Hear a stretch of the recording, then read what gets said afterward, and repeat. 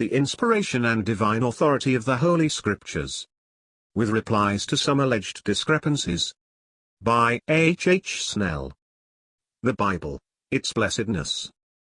It is impossible to tell out in human language the full blessedness of having the Holy Scriptures. But what is most striking in it is the revelation it gives us of God, so that we now know Him not only as Creator, and one who is kind to the unthankful and the unholy in providing for His creatures, for His tender mercies are over all His works, but we also know Him in the exceeding riches of His grace as a Saviour God, in and through our Lord Jesus Christ. Having received the words of God, and the Spirit of God, we know that we are brought to God, and are in the light as He is in the light. Precious grace! It is not merely that we have title to glory through the blood of the cross, but we are brought to God who is light and love in Christ, who is our life, righteousness, and peace. Before the death of Christ, God was not so revealed. Till Jesus the Son of God came, God was hidden behind a veil, and little known except by His acts. Then Christ revealed the Father, and made Himself known as the Son, and on leaving promised to send the Holy Spirit to abide with us forever. No man hath seen God at any time, the only begotten Son, who is in the bosom of the Father, He hath declared Him. The Son, the effulgence of His glory, has fully manifested God in flesh. We have the Father so perfectly represented in the Son, that He could say, If ye had known me, ye should have known my Father also.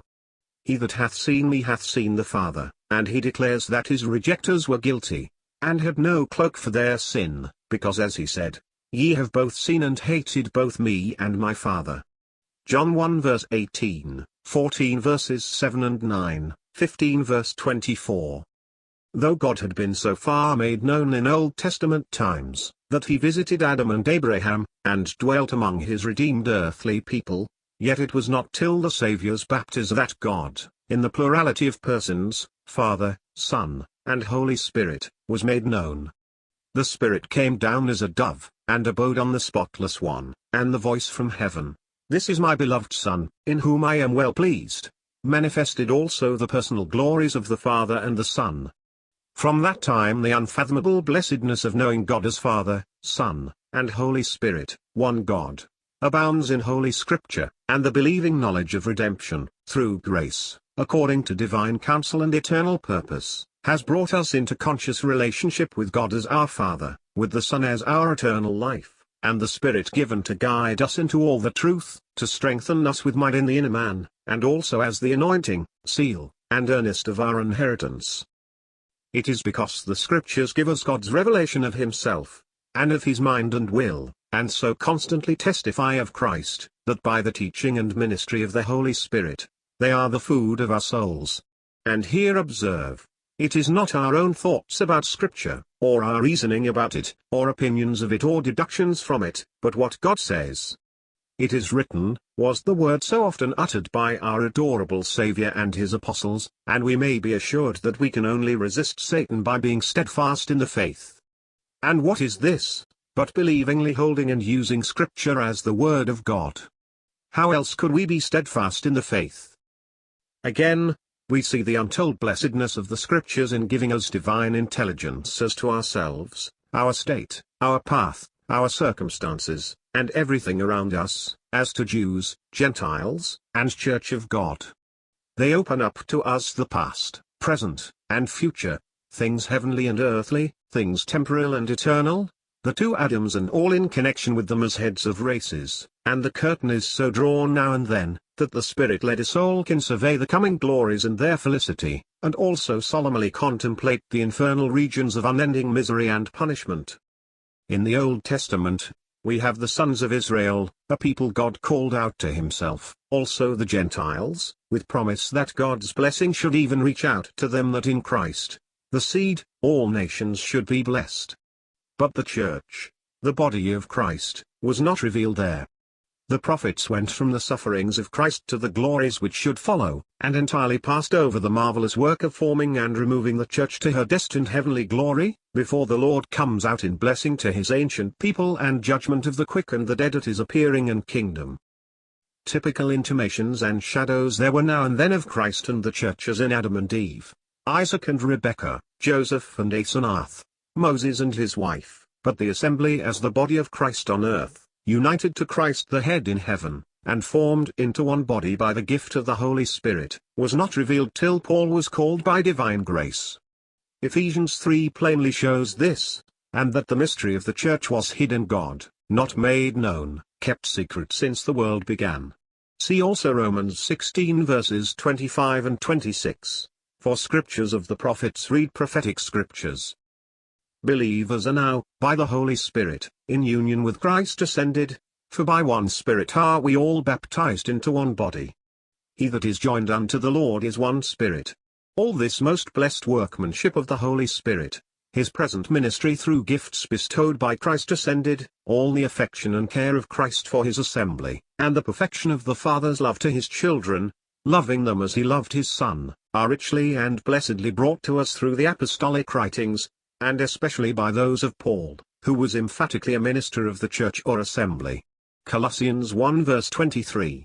This, therefore, gives them a sacred charm to the believer, and through faith, they necessarily produce a walk of separation and devotedness to the Lord. The Scriptures give us divine intelligence about everything necessary to completely furnish the believer unto every good work. Do I inquire what God's present ways on earth for blessing are? I learn from his word that he is calling out and forming a bride for his own Son, whose heart is set upon her as his own body, and who nourishes and cherishes it, even as the Lord the church, and that this will go on till we hear the shout, and are caught up to meet the Lord in the air, and so are forever with the Lord. Do we inquire as to the Jews?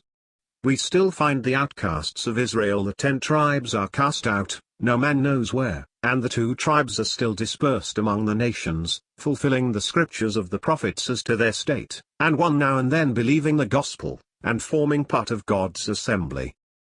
If a question be asked about the European nations, which once formed part of the Roman Empire, according to the word of God by Daniel, we learn that all is going on to the development of the 10 kingdoms before divine judgment falls upon them. Does anyone inquire whether Scripture tells us anything about Protestantism? Most surely, it is referred to in the epistle to the church at Sardis, and is described as having an aim to live and being dead. Protesting against error may be with those who are quite devoid of faith in God's revealed truth concerning his Son, and therefore such have not life. He that hath not the Son of God hath not life. 1 John 5 verse 12. And it would be impossible that such a huge system as popery, established on the earth for so many centuries, should be omitted in God's word written for our instruction. We find, therefore, much in Scripture concerning it. And what is so striking, it stands in the end of this age in rival antagonism with infidelity, and it needs but little spiritual discernment to see how rapidly this ill feeling and fear of each other is growing. Nevertheless, as before observed, the result must be that the infidel power will be too strong for the papal power, and will spoil and destroy this unchaste woman. Revelation 17 verses 16 and 17, 18 verse 8, the great whore may include all in Christendom who are untrue in affection to the Lord himself. Thank God, not one child of his can be lost, and he knoweth them that trust in him. With regard to the church or assembly of God in the true sense, which is doubtless the most blessed testimony that ever emanated from God, and the workmanship of the Holy Spirit, it must abide forever, because each true believer is by one Spirit united to Christ in ascension as a member of his body, and is always an object of his care and blessing. On the other hand, the assembly looked at as God's corporate witness on the earth, it has terribly fallen from the Pentecostal character of blessing and power in which he set it. Too often it is a witness of division, carnality, and strife, instead of keeping diligently the Spirit's unity in the uniting bond of peace, through holding the head, subjection to the word, and owning the presence and power of the one Spirit for all true blessing and unity. And so with our open Bible, we can look around on every hand, and see things just as they are set forth for our guidance and instruction. One thing is certain, that while God looks for individual faithfulness and separation to himself, and will always honor few or many who are really gathered to the name of our Lord Jesus Christ, yet he gives no hope of the reconstruction and return of unity in general of his assembly on earth, but enjoins us individually to purge ourselves from vessels to dishonor, and be with those, if we can find them, who call on the Lord out of a pure heart. 2 Timothy 2 verses 19 to 22. And further, Not only are we told that God hath in due times manifested his word through preaching, but it is also written, Thou hast magnified thy word, above all thy name. Titus 1 verse 3, Psalm 138 verse 2, so that, because Scripture is God's word, it assures us, without any question, of what is his mind and will concerning us. By it, everyone who has truly looked as a lost sinner to the Lord Jesus Christ as the object of faith and trust is assured that his sins are forgiven, and blotted out forever. To him, Christ, give all the prophets witness, that through his name, whosoever believeth in him shall receive remission of sins, and their sins, and iniquities will I remember no more. Acts 10 verse 43, Hebrews 10 verse 17. Such know, also, on the authority of the Scriptures, that they have eternal life given to them, and that they possess it. We never find an apostle saying, I feel that I have this and that, and because I feel it I know I have it. Never. Because feelings quickly change, and the Word never directs us to look at our feelings for evidence, but at what God says. Now, what does he say about the present gift of eternal life? He says, in John's first epistle, These things have I written unto you that believe on the name of the Son of God, that ye may know that ye have eternal life. He does not say here that you may feel it, but know it on the authority of God's word, which we are told was written that we might know, with divine certainty, that we have eternal life. God hath given to us eternal life, and this life is in his Son. He that hath the Son hath life, and he that hath not the Son of God hath not life. Nothing can be more simple, more decided, more comforting, to such as trust God according to his own word. Nothing less is faith. Oh, the untold blessedness of knowing, and being able truthfully to say, that God hath given to me eternal life, communicated it to me, and this life is in his Son, Christ my life, so that Christ liveth in me, and so real that it comes out in affections, thoughts, and feelings according to him. We know that we have passed from death unto life because we love the brethren. He that loveth not his brother abideth in death. 1 John 3 verse 14, how very comforting, and yet how solemn. And more than this, for nothing short of having us in the new and eternal relationship of children could suit the Father's heart, and this, too, the Scriptures clearly teach, not only for present comfort but to bring out the duties and affections that necessarily flow from knowing such an endearing relationship. The Scripture not only says, Ye are all the children of God by faith in Christ Jesus, but goes on to tell us that the Holy Spirit dwells in us because we are sons. Because ye are sons, God hath sent forth the Spirit of his Son into your hearts, crying, Abba, Father. And it is also clear that those who have the Spirit in them know that they are God's children, for the Spirit itself beareth witness with our spirit, the new life or nature, that we are the children of God. Galatians 4 verse 6, Romans 8 verse 16. Those then who know, or are personally assured, on the authority of God's word, that they are children of God, have received the Spirit and can approach God as their Father. We have received the Spirit of adoption, whereby we cry, Abba, Father. Duties and affections, as we have said, flow from known relationships, for how can anyone manifest the love, interest, subjection, and devotion of a child, or walk as a child, unless he knows he is a child? Oh, the unfathomable blessedness and treasure of the Scriptures! And yet more still. We learn also from the page of inspiration, that the believer is now set by God in a totally new standing, in heavenly places in Christ Jesus, so that he is recognized and addressed in the epistles as not in his sins, not in the flesh, not under law, not of the world, not now in Adam, but in the Spirit, and in Christ Jesus.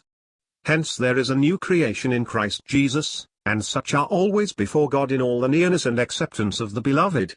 What a position of favor and blessing to be always thus before God in all the nearness and relationship of children.